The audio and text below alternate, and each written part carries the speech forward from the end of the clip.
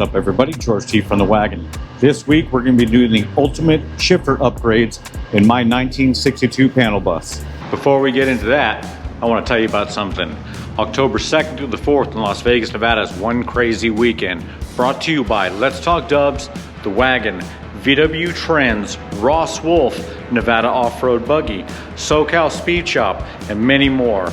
What we want you guys to do is come out and have a good time. We have 2 extra events added this year. A bowling tournament brought to you by Ross Wulf. Poker tournament brought to you by VW Trends. Then we got the Friday night meet and greet with the Stroop Cruise. Saturday, daytime, car show. Upper level of the parking garage is here.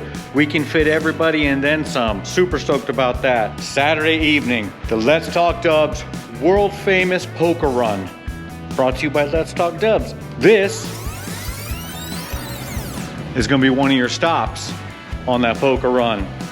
So go to letstalkdubs.com, click on the One Crazy Weekend link, and it's going to take you there. You can register, you can get your room codes, you can get all that good stuff. Don't forget, letstalkdubs.com for One Crazy Weekend, October 2nd through the 4th in Las Vegas, Nevada.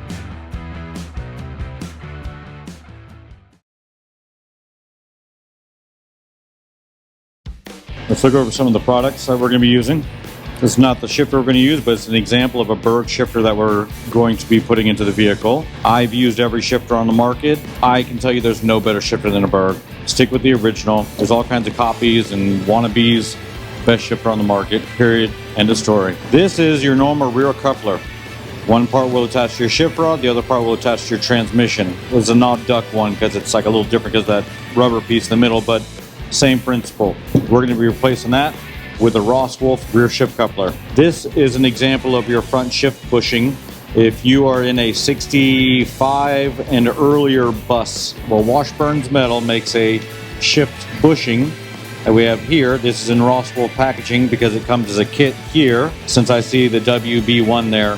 But this is going to replace this wearable, cheap plastic piece that just disintegrates after a while, and actually with that groove in there, it gets cut in half. On your shift rod itself, on buses, you basically have this shuttlecock looking thing here, like a badminton piece. This clips onto your shift rod, and that right there is what's supposed to keep it centered in the hole. I'll show you an example of how poorly it does that. What we have here, these are new to the market. These are from Michael over at DubFab. This is an early version, and this is late, 22 millimeter and 18 millimeter. And this is going to replace the necessity for that. Here are the tools that we will need for this. To remove the belly pan under the front of your bus, you're either going to have Phillips flatheads or 10 millimeters. They're an M6, and depending on the hardware that was used to install your belly pan, mine happened to be a Phillips screw. To remove the rear coupler, the stock one, you'll need an 8 millimeter open end on the box end side of it, or some of them, and not all of them, will fit inside of a 12 point. And this is a 9 millimeter 12 point that fits over the square of that nut on top. You'll also need, for the installation of this, a 4 millimeter Allen and a 13 millimeter to do the lock nut on the exterior, because that now has an Allen and a lock nut instead of the hole and the safety wire for the rear. To take off your shifter, you're going to need a ratchet, an extension, and a 13 millimeter socket. To remove your shift rod from the front, you'll have to go back to this 8 millimeter and disconnect it at the coupler there.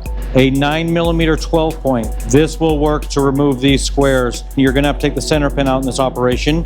You'll need a 19 millimeter to loosen up the pinch bolt, and a 19 millimeter or 17 millimeter to remove your tie rods and drag link. Mine were all 17s at that point, so I didn't use the 19.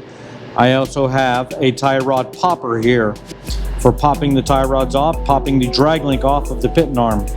You're also going to need some sort of clamp, and here I happen to use an 1.125" socket that I put on top and squeeze the clamp and everything together to get the proper compression on the center pin to get it put back together. I've got an impact here. You can use that style impact if you want as well. Anytime you're using this, make sure you know what you're doing. Don't go stripping bolts and all that stuff. For finishing up the job, you're gonna need some safety wire and some safety wire pliers. You can always do this by hand, but these make it a lot better. A little bit of silicone for lubing some parts up, and some brake and parts cleaner for cleaning the items up. Couple extra items when you're installing that shifter by yourself. A drift really helps. Index it through one hole, get your other hardware on the other side, then you can pull it off and just hand tighten the next piece of hardware on there. I use this here to spread apart the pinch on the pitman arm to get it to go on and off a lot easier. Pliers, just for general use. You may have to actually grab something and move it apart for the pliers. You're also going to want some grease for lubing areas up when you're putting them back together. If this is your first time watching my videos, do me a favor, hit that like button, hit that subscribe button. We appreciate it very much on this end.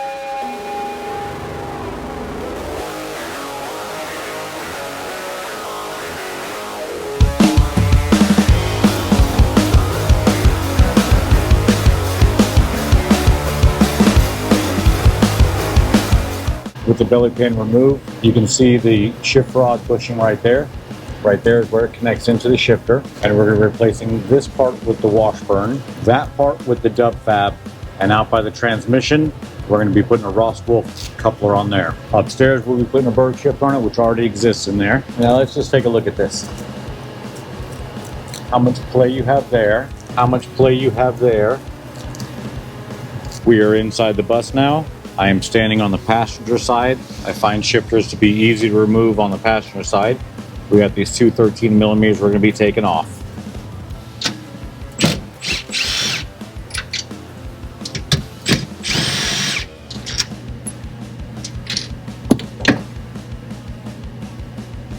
Shifter is removed. While we have this out, we're going to clean it up. With our shifter removed, our next disconnection point is going to be at the shift rod here. And I like to give myself, like, I'll put a line on it, showing the way that it actually lined up in the car before I took it out. Sometimes you'll take these off and there'll be multiple holes. You want to make sure you're putting everything back in the same hole that it came off of. We're going to have to cut that safety wire off real quick.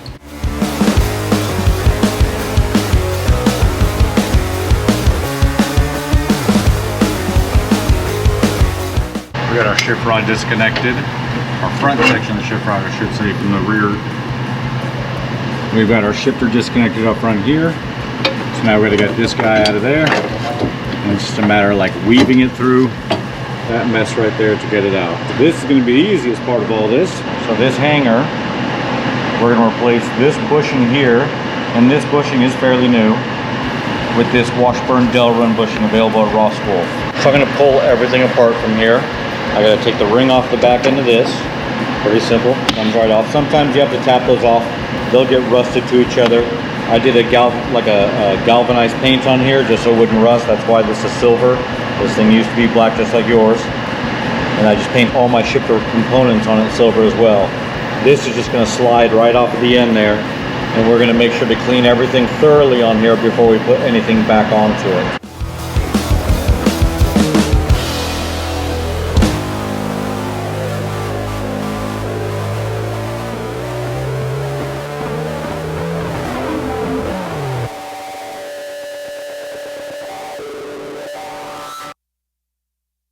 We got our hanger, and at this point you want to inspect this hole and make sure that that is a circle.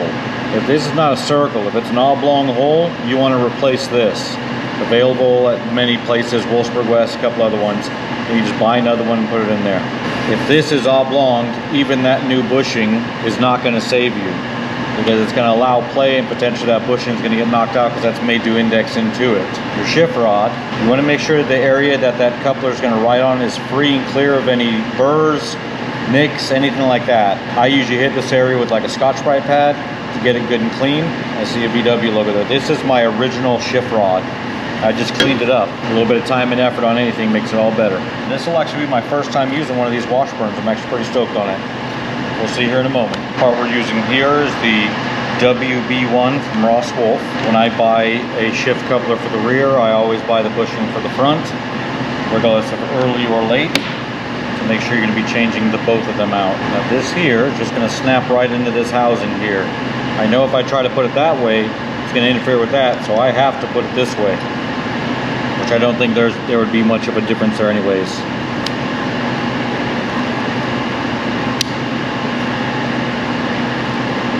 Look at that. Nice and flush. no wiggle, no movement, and you can see by the reveal all the way around it that our hole is not oblonged on the metal itself. Now we got to put this back on. It needs to end up sitting like such on here, so you have to make sure when you're putting it on, it's facing the right direction. And that's just going to slip right over this.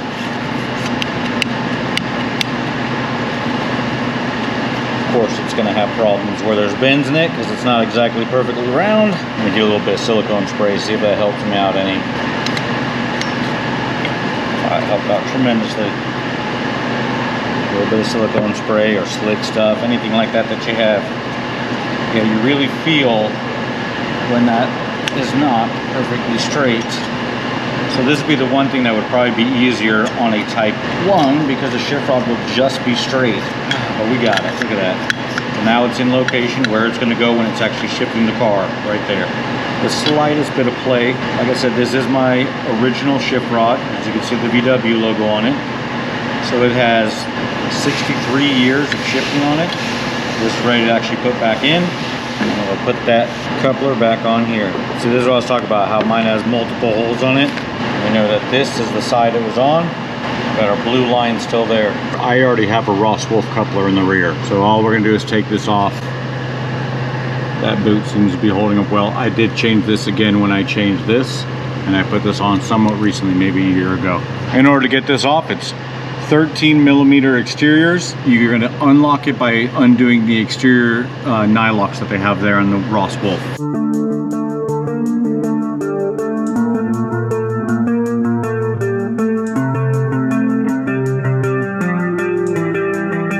The shift rod is now disconnected at the rear from the transmission, so you see it can pull out. Now, according to Mike at DubFab, you remove your pitman arm here from the front beam, and then this should allow that shift rod to come above and then out this way. So we're gonna give that a shot right now. We're gonna get the tie rod popper out and knock those two off. We gotta take the drag link off here. We're gonna knock that guy off there. We're gonna remove the 19mm from the front here, that pinch bolt. Remove that and then drop the pin out, and hopefully our shift rod can come out from the front. Let's give it a shot.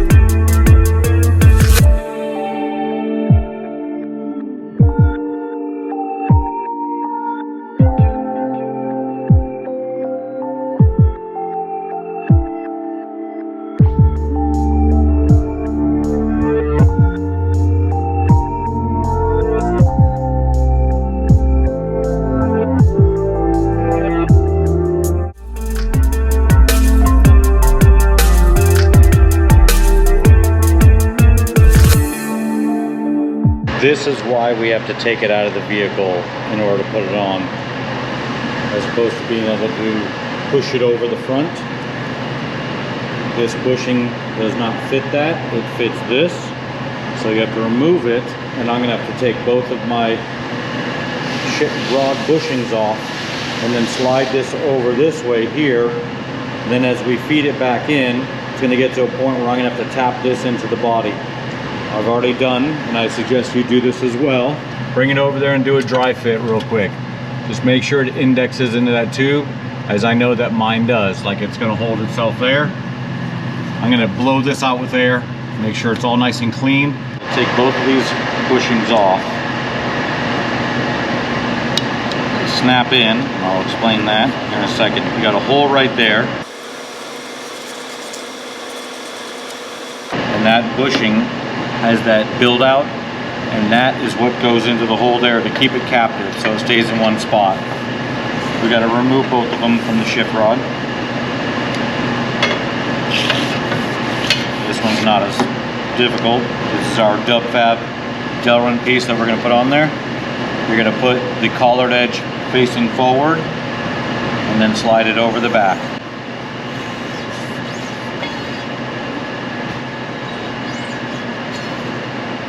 So there's not a lot of play in it, but it's so smooth as silk. Very nice.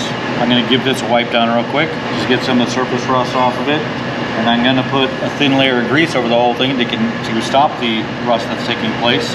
And then we're going to put the shuttlecocks back onto it and put her back in the bus. We're going to be putting the shift rod back in. The small tapered side goes in first. It's going to go in the same way that we took it out. Through that gap, beam right there above it.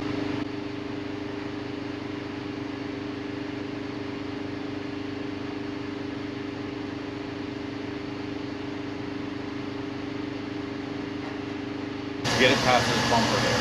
I've got to put a little bit of a curve to it. On the video that Michael did, he has it in so far that it taps over, like he's using the head of the shift rod to tap it into the body. I'm hitting my hockey stick on the gearbox already, so I don't think that's gonna fly. So we're gonna see.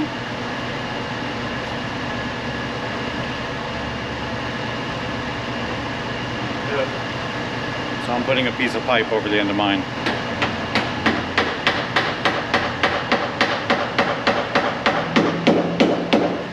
Big piece of piping I was using. Anything that would index over it, even in like a deep socket, would have probably done the trick for me. I just happen to have a lot of tubing around here that I use for those kind of purposes. Take you in and check it out. So there we have, that shift rod is now installed. The shift rod bushing is now in. We got the larger end coming out here, the way it was before. And you see, like, that's now centering the hole, and it can't go up or down the way it was before. If you remember before, this was sagged all the way to the bottom of that shift rod. I'm curious, with all this tightening up of this, how it's going to function as far as shifting. Like, will it actually cause a problem, you know? Because everything is so tight. As you see here, we still get the stupid slop in the back, but I don't worry about that so much. We got a nice strong coupler holding it here. We'll make sure we got to put that boot back on that side as well. I had a GoPro set up here with a time lapse. It didn't record it. So you saw the front view I was giving you guys, where I was trying to narrate it to you guys. This tube here, I indexed over this to put that bushing into place. I'm really sorry that didn't record. My narration's not going to do it justice. You should have seen what was taking place with the shuttlecocks. So the shuttlecock, I'll explain it now. They have a flared end on them, okay? So you actually have to make sure that you squeeze these down, because one faces one way, one the other. Make sure you squeeze them down to get it into that tube, so they don't snag and just rip them off of there.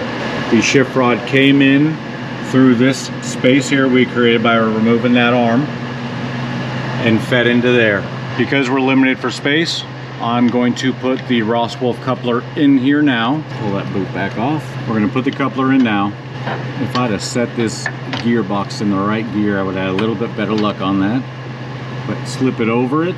We're gonna put that boot back on the outer. And I'm holding it in there. Ocean, go ahead and push it. Keep going. And there it goes. I'm gonna reconnect everything back here. I'm going to put both pieces of hardware back in the coupler and make sure the shift rod and everything's lined up.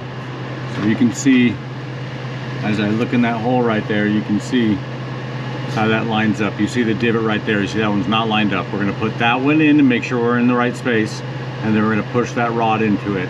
So we know we're lined up there. Putting that piece of hardware in. 4mm fits it, so we are in that. Now my shift rod needs to come in this way a little bit to get that hole lined up. So instead of pushing from the back, I went in from the front. I do need to rotate it though. You can see I'm dang close right there. Let's see if we can just pick it over real quick.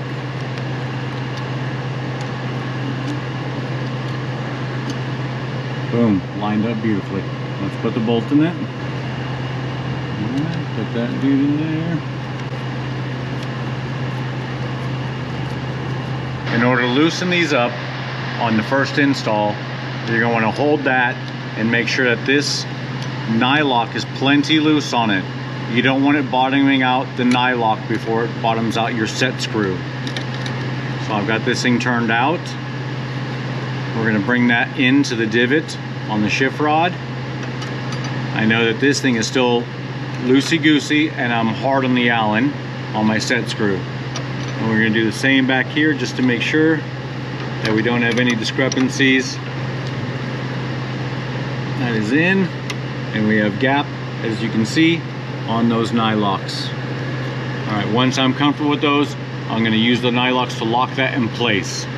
Easiest couplers on the market to install, and no safety wire needed with the nylocks on it. Since we had to remove the pitman arm and drop out the center pin, while reinstalling everything, I realized my upper bushing was gone. So while I have everything out, I'm doing my center pin. If you run into an issue with your center pin while you're doing this, go check out my back catalog. I have a video specific on the center pin of a split PW bus, and it will be the same for bay. Differences with the bay, you don't ring the bushings. Quick fun fact, I have a Wagons West beam, as you can see right there. So I found out, because I had a split kit here, and the split kit is not what fits this. Nate uses the bay one that does not require the reaming. So I've already installed the new bushings, getting ready to put back everything.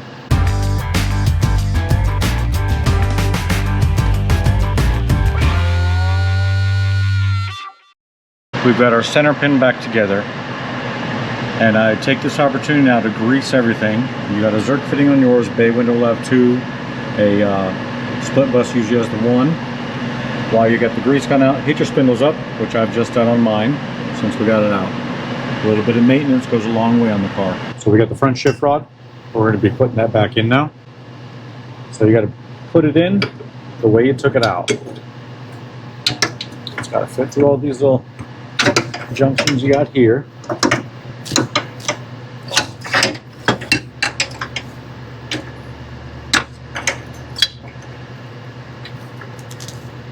I'm noticing the shift rod now sits higher in that tube because now it's centered in the Delrin bushing. And if you remember before, when you saw it connected at the bottom of that tube, put everything in place and see where it all will go.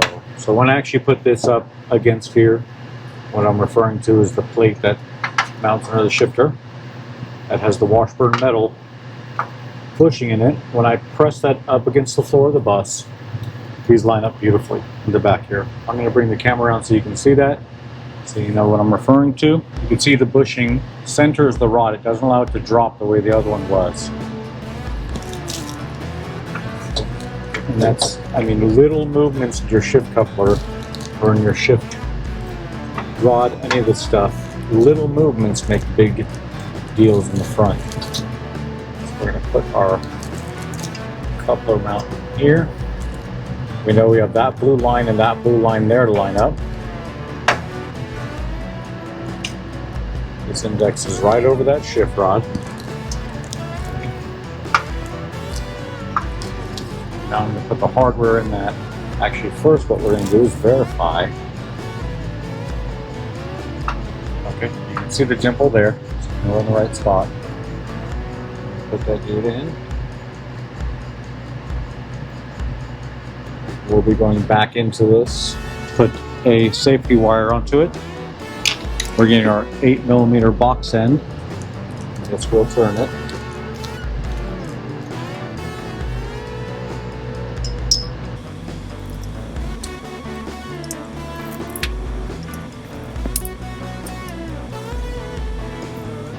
Lines up. I see my blue and my blue. That's fed in all the way.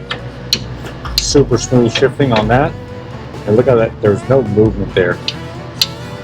And this is not an interference fit onto the shift rod itself, so it's just super smooth. Now Michael does recommend you put the boot back over the front, and this will actually hold it in place. Boots don't last long enough, and I'm not too worried about it. I don't live in salty conditions, I don't live in bad conditions like that. I do live in dusty, but I think that this will be able to handle dust fairly well. We have 0.032 safety wire here. There is a hole in the head of this bolt. So we're going to put it through that, and I basically find center when I do that. Now the way I set up a safety wire is I want tension in the direction of tightening it, meaning this is righty-tighty. So this top one should be pulled over this one here on the right should be pulled under, and I'll show you what I mean by that. Bring it over on that side. And then we're going to bring this one under that side. Okay, this one's there, this one's here, and now I'm going to bring them into each other. These are safety wire pliers. They're designed specifically for safety wire. When you pull this, it twists the pliers. You see that spiral in there. So right now, with the way I'm putting tension on it, it's putting tension in the tightening direction. I'm going to give it a nice little tug, make sure it's straight, and it's under tension, and then I just pull the pliers out like that. I have a cutter here, take it up there, just give that a little fold over right there. So now this is safety wired in a tightening direction. It has tension pulling it to tighten it, so it should not come out. So we've put the bracket in place. I got my shift rod facing upward. There's a pocket there that the ball of the shifter is going to fall into. Now, because that bushing is holding it in that spot and the center of it is resting on the center pin, it's actually holding it in place. So if I'm careful with this as I go to put it in, it's not going to keep dropping on me, because that's a problem sometimes when you do this by yourself. Like that shift rod will keep dropping on you. But I think this is like, I'm actually pulling down on that and it's not really letting it go down. The fact that we got the Washburn's metal Delrin bushing there, which isn't allowing any slop there, the DubFab one there, this is held in place very nicely.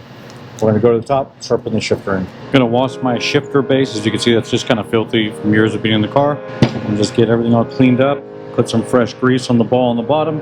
We got our base all cleaned up. We got fresh lube all over that guy. We're going to put one big dollop on that before it actually gets installed into the car. We've scrubbed down the base. And right there, we've cleaned up our Berg shifter. I don't know how many times I have to say this. These are the best shifters on the market. Don't play around with other people's stuff. Just get yourself a Berg shifter. These things are fantastic. They do not sponsor this, but I don't shut up about things that I love on Volkswagens, and Berg shifters are the best.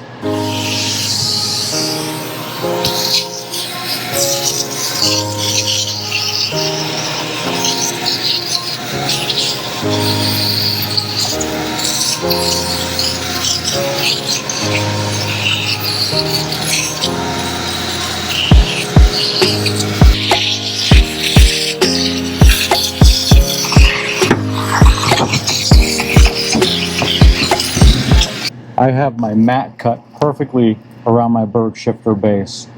So you have a shift plate in there. So this is a shift plate, and this goes underneath this spacer that Berg supplies you, and it actually indexes inside of it. It has this ramped up side here, and then this flat side here that it doesn't curve upwards. This side goes up on passenger side for a left-hand drive vehicle. So this is the proper installation of the plate that's underneath this one here. I've got a nice new dollop of grease on the shifter going into the cup, and I'm putting new hardware into it. This is M8 by 125 by 50 in length.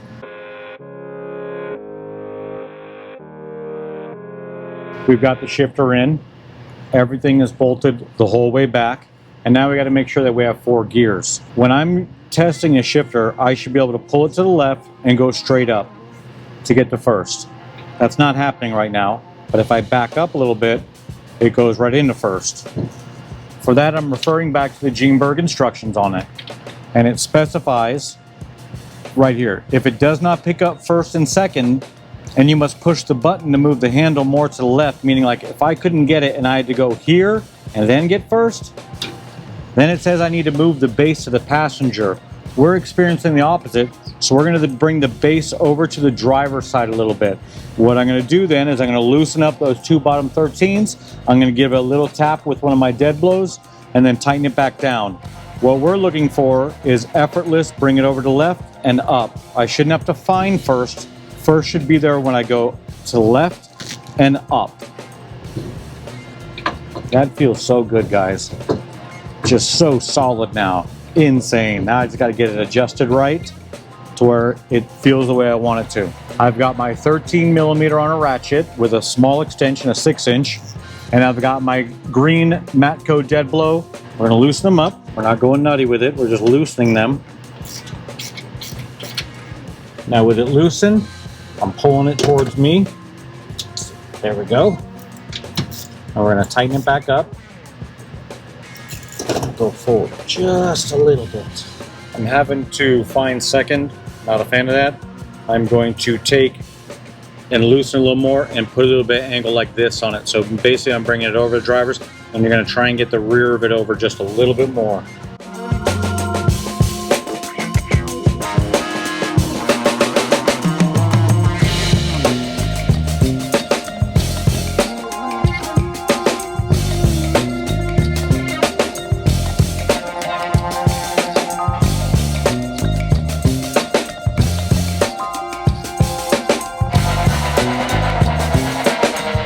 Got it adjusted now to where I get all 4 gears beautifully with reverse. And a time lapse, before I remove my bus from the rack, I always verify that reverse is reverse. Forward, I'll see my wheel spinning this way. When I hit reverse, it'll spin this way.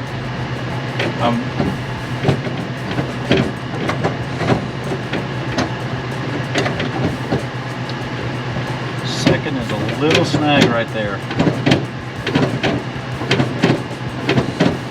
Just verify that all my hardware underneath is tight. We're going to put the belly pan on, and then we'll take this thing for a test drive. We've done one final check. I made sure that I'm tight here. We know our shifter's tight in the front. And I've come back and verified that both of my coupler set screws are tight and in the right position. I've got all 4 gears. I've already fired the bus up on the lift and verified I have forward 4 gears, reverse 1 gear. So I think we're good to go. Next thing to do, I'm going to put this belly pan back on.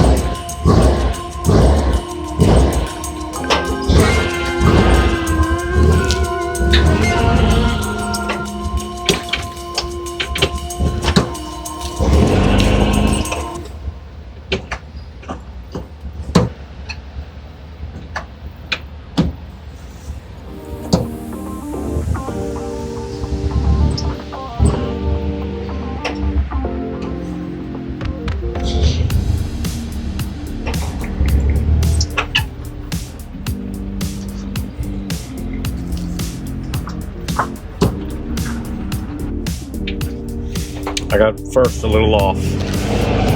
There's still like a little ledge if I'm holding it strong left. Which second has the same problem, and all that's going to require is a little bit of adjusting the shifter base again.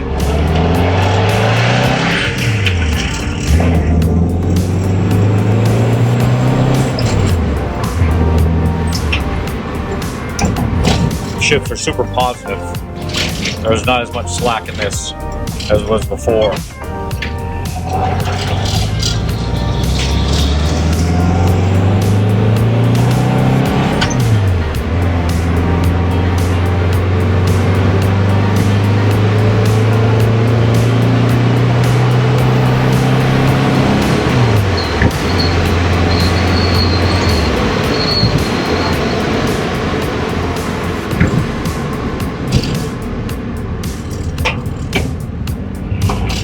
Still finding the gears with ease.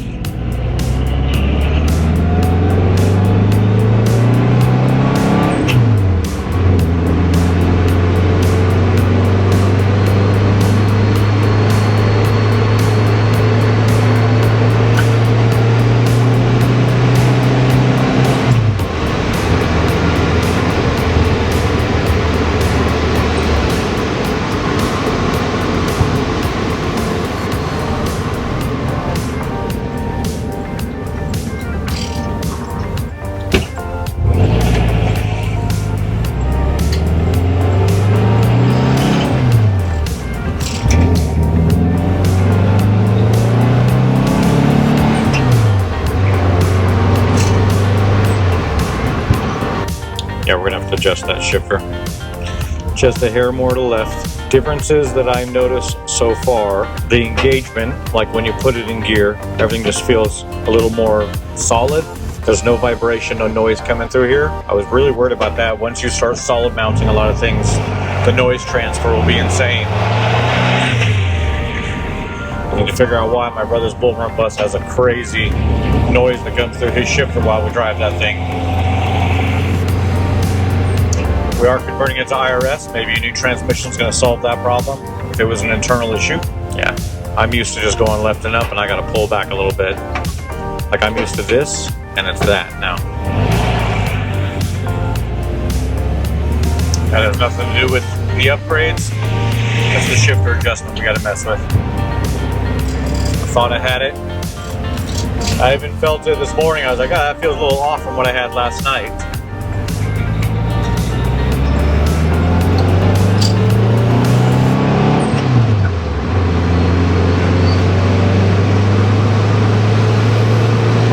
Got all four. Shifter is steady as a rock. It doesn't sit there and move around. My gearbox is not solid mounted. I got rubber mounts everywhere on it. It does have a mid mount. I got an old speed mid mount on it. I run the 211 cradle mounts, the heavy duty 78 durometers. Yeah, that little bit. It's so annoying to me. We're gonna get that corrected.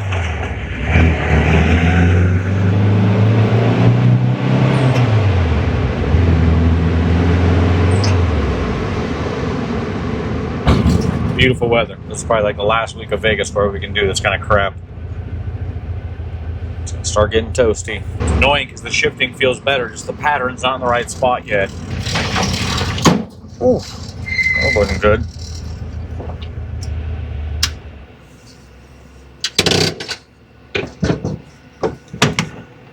We've got every upgrade possible done in our shift linkage there.